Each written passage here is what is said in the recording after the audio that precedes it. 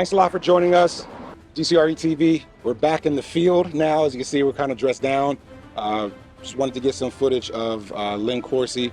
Not only is Lin Director of Project Management at CBRE Philadelphia, he's also a volunteer firefighter in Deptford Township, but he is also a commercial real estate investor in Paulsboro, New Jersey. So this man is a triple threat. He wears 3 different hats.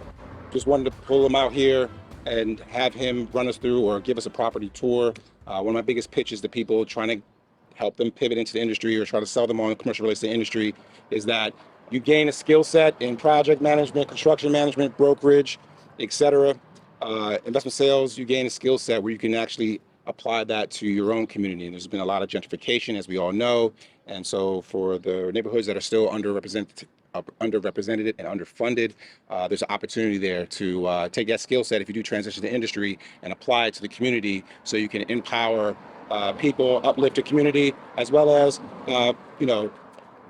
be able to generate wealth for yourself and your family. So Lin, you just tell us about the property that you recently purchased behind us and give us a property tour if you don't mind. Yep.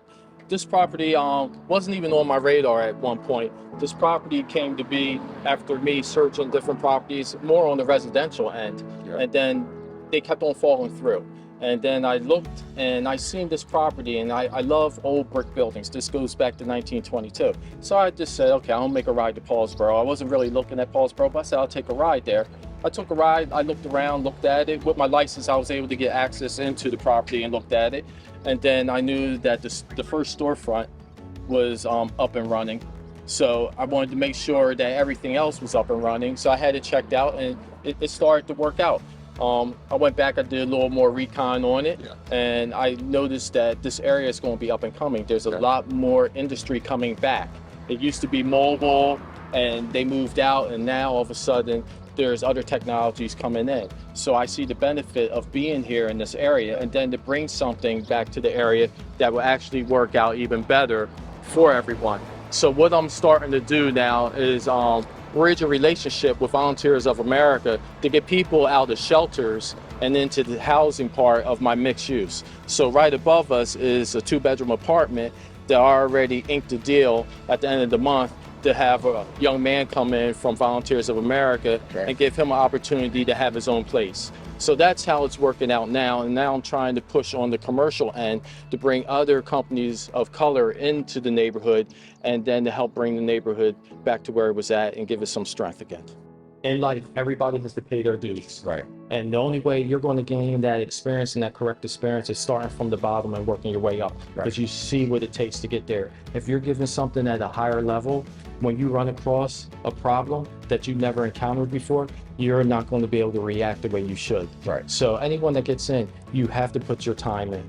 Money, wealth, all that comes within time. It is not overnight. What we see on TV is not realistic of what real life is like.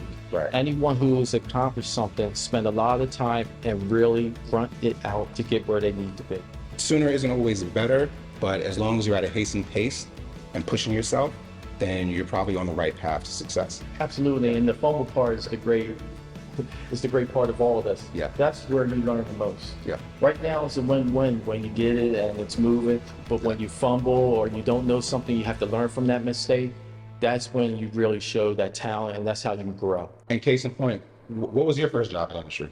My first job in the industry was as assistant superintendent on a $56 million project on UPenn's campus. Okay. And I fumbled a lot because I'm coming straight out the gate, and I did not know. I thought I knew. I knew from the education that I had from Temple, but I did not know because I did not have the work experience.